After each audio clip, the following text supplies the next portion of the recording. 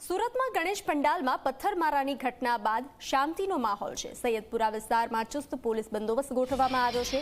સૈયદપુરા વિસ્તારમાં હાલ શાંતિપૂર્ણ માહોલ જોવા મળી રહ્યો છે। લોકો રાબેતા મુજબ કામકાજ માટે નીકળી રહ્યા છે। લોકોને અફવાઓથી દૂર રહેવા તંત્ર દ્વારા અપીલ કરવામાં આવી રહી છે। પોલીસ અપીલ કરી રહી છે। આજે શાંતિ સમિતિની બેઠક કરવામાં આવશે। હાલ સૈયદપુરામાં 200થી વધુ પોલીસ કર્મચારીઓનો બંદોબસ્ત ગોઠવવામાં આવ્યો છે। ડીસીપી, એસીપી, પીઆઈ સહિતનો કાફલો હાલ ઘટના સ્થળ પર પહોંચી ચૂક્યો છે। ઘટના સ્થળ પર હાજર છે। મહત્વનું છે કે સુરતમાં ગણેશોત્સવ દરમિયાન કાંકણીચારો કરવાનો પ્રયાસ કરવામાં આવ્યો હતો। સુરતમાં ગણેશજીના પંડાલ પર પથ્થરમારો કરવામાં આવતા માહોલ તંગ બન્યો હતો। સૈયદપુરામાં ગણેશ પંડાલ પર પથ્થરમારો થતા બવાલ સર્જાઈ હતી, જે બાદ મોટી સંખ્યામાં લોકો પોલીસ ચોકી પર એકઠા થયા હતા। ઘટનાની જાણ થતા ધારાસભ્ય કાંતિ બલ્લર અને સુરત પોલીસ કમિશનર અનુપમસિંહ ગહેલોત ઘટના સ્થળ પર દોડી આવ્યા હતા। રોષે ભરાયેલા લોકોએ પોલીસ અને ધારાસભ્ય પર પથ્થરમારો કર્યો હતો। વાહનોને આગ ચાંપી કરવામાં આવી હતી।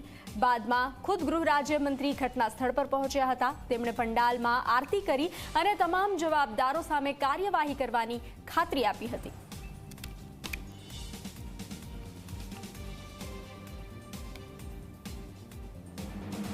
તો લોકોને અફવાઓથી દૂર રહેવા માટે કહેવામાં આવ્યું છે। આપ આ દ્રશ્યો જોઈ રહ્યા છો। શાંતિપૂર્ણ માહોલ જોવા મળી રહ્યો છે। ત્યારે પ્રશ્ન ઉદ્ભવી રહ્યો છે કે શાંતિના દુશ્મન કોણ? કારણ કે ગણેશ પંડાલમાં કાંકરીચાળો કરવામાં આવ્યો હતો, તેને લઈ અને માહોલ તંગ બન્યો હતો। રાતના તાંડવ બાદ સવારે સુરતના સૈયદપુરામાં શાંતિનો માહોલ જોવા મળી રહ્યો છે। આપ આ દ્રશ્યો જોઈ રહ્યા છો। ટોળાને કાબૂમાં કરવામાં આવ્યા હતા। પોલીસ ઘટના સ્થળ પર પહોંચી હતી અને હાલ સૈયદપુરા પોલીસ છાવણીમાં ફેરવાયું હોય તેવા દ્રશ્યો સામે આવ્યા છે અને હાલ શાંતિનો માહોલ છે। સૈયદપુરા વિસ્તારમાં જે પથ્થરમારાની ઘટના ઘટી હતી તેને લઈ અને શાંતિનો માહોલ છે। પોલીસે લોકોને અફવાઓથી દૂર રહેવા માટે અપીલ કરી છે અને આજે શાંતિ સમિતિની બેઠક પણ મળશે। આ બંદોબસ્તમાં એસઆરપીની એક કંપની, જેમાં anti rioting vehicles, anti rioting gear, equipment, વજ્ર વાહન, પ્રિઝન વાહન, અન્ય સાધન સામગ્રી સાથે જે ટ્રેન્ડ અમારા હેડક્વાર્ટરના જવાનો હોય છે એ લોકો પણ હાજર છે। ઉચ્ચ અધિકારીઓ અલગ અલગ ટીમો બનાવી પેટ્રોલિંગ કરી રહ્યા છે અને જે વિસ્તારમાં સંવેદનશીલ પોઈન્ટ્સ આવેલા છે એ પોઈન્ટ્સ ઉપર પણ બંદોબસ્ત અત્યારે મોજૂદ છે। વિસ્તાર સંપૂર્ણ શાંતિમય છે। માનનીય હર્ષભાઈ સુરતમાં આખી રાત દરમિયાન ત્યાં હતા। આખો ઉજાગરો કરી સમગ્ર પરિસ્થિતિને કંટ્રોલમાં લીધી છે અને 27 લોકોની રાતોરાત કોમ્બિંગ કરી અને અટકાયત પણ કરી છે। 27 જેટલા લોકોની અટકાયત કરી છે અને તમામ કોમવાદી પરિબળો ક્યાંય ગુજરાત ઉપર હાવી ના થાય એની તકેદારી રાજ્ય ગૃહ વિભાગ અને આદરણીય મુખ્યમંત્રી ખૂબ સારી રીતે એના ઉપર વોચ કરી રહ્યા છે, જેથી કરી અને હવે આ કોમવાદી પરિબળોને કોઈ છૂટો દોર ના મળે એના માટેની સમગ્ર કાર્યવાહી જે પણ કોઈ કડક હાથે કરવાની હશે એ ગૃહમંત્રીએ ખાતરી આપી છે કે એ કરવામાં આવશે। સુરતના સૈયદપુરા વિસ્તારમાં મોડી રાતે જે રીતે પથ્થરમારાની ઘટના બની હતી, ત્યારબાદ કતારગામ દરવાજા ખાતે પાર્ક કરેલા જે વાહનો છે તેમાં સૌપ્રથમ તો તોડફોડ કરવામાં આવી હતી અને ત્યારબાદ જે ટેમ્પા અને કાર છે તેમાં આગ લગાવવામાં આવી હતી। આપણી સાથે સ્થાનિક માલિક જોડાયા છે, તેમની સાથે આપણે વાતચીત કરીશું। જી, શું નુકસાન છે, શું છે? यहाँ पे गाड़ी खड़ी थी, रात में कुछ दंगा हुआ, कुछ लोगों ने आया तोड़ दिया है। कितना नुकसान है? नुकसान तो अभी पूरा ही हो गया है, पूरा कांच टूट गया है। 30-40 हज़ार रुपये जैसा आया है नुकसान।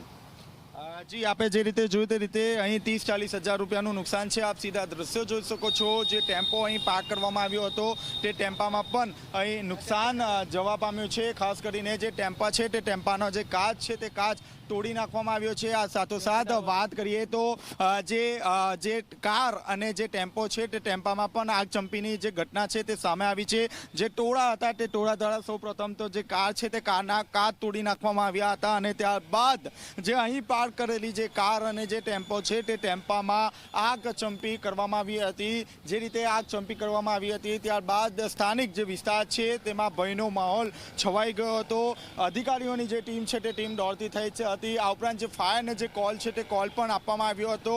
ફાયર વિભાગ દ્વારા અંદાજિત 1 કલાકની જે જહેમત છે તે જહેમત બાદ આગ પર કાબુ મેળવ્યો હતો. પરંતુ આપ જોઈ શકો છો જે રીતે આગ લગાવવામાં આવી હતી ત્યારબાદ જે બંદેવ જે વાહનો છે આ ઉપરાંત ત્રીજું જે વાહન છે આપ જોઈ શકો છો 3 જે વાહન છે તે હાલ ભંગાર થઈ ગયા છે. કારણ કે આગની જે ઘટના હતી આગને લપેટમાં આખી 3 જે વાહનો છે તે વાહનો આવી ગયા હતા. મોડી રાતે ક્રાઇમ બ્રાન્ચ અને એસઓજી દ્વારા જે તે વિસ્તારમાં કોમ્બિંગની પ્રક્રિયા હાથ ધરવામાં આવી હતી. કોમ્બિંગની પ્રક્રિયા દરમિયાન પોલીસે 27 જેટલા જે આરોપીઓ છે તેને ડિટેન કરવામાં આવ્યા હતા અને ઉમરા પોલીસ મથક ખાતે લઈ જવામાં આવ્યા હતા. હાલમાં પણ પોલીસની અલગ અલગ જે ટીમો છે તે ટીમો બનાવવામાં આવી છે. એક જે ટીમ છે તે ટીમ દ્વારા સતત જે વિડીયો છે તે વિડીયોમાં જે લોકો સામેલ છે તેને આઈડેન્ટિફિકેશન કરવામાં આવી રહ્યું છે અને તમામ લોકોની શોધખોળ હાથ ધરવામાં આવી રહી છે. ગૃહમંત્રી દ્વારા પણ લોકોને એ વાતનો આશ્વાસન આપવામાં આવ્યું છે કે સુરતનો પહેલું કિરણ ઊંઘે તે પહેલાં જ તમામ જે આરોપીઓ છે તેની ધરપકડ કરવામાં આવશે અને